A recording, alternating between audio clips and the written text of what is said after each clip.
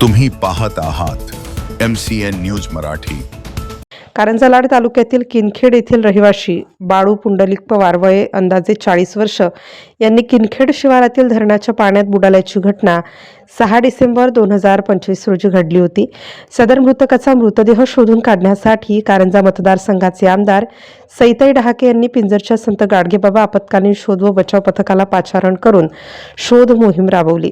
विशेष म्हणजे एवढ्या कडाक्याच्या थंडीत आमदार साहेबां धरण परिसरात रात्रीच्या वेळेस उपस्थित होत्या।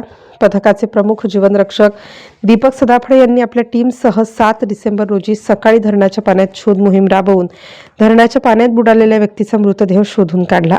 त्यानंतर कारंजा पोलीस ठाण्याचे API मुकुंद जाधव, पोलीस कर्मचारी खोलेश्वर खुपसे, आशिष खांडारे, प्रफुल्ल गावंडे, पोलीस पाटील, सरपंच निळकंठ सोनोने यांच्यासह गावातील नागरिक व नातेवाईकांच्या उपस्थितीत सदर घटनेचा पंचनामा करून मृतक बाळू पुंडलिक पवार यांचा मृतदेह नातेवाईकांच्या ताब्यात देण्यात आला। MCN न्यूज मराठीकरिता राजेश वानखडे, वाशिम।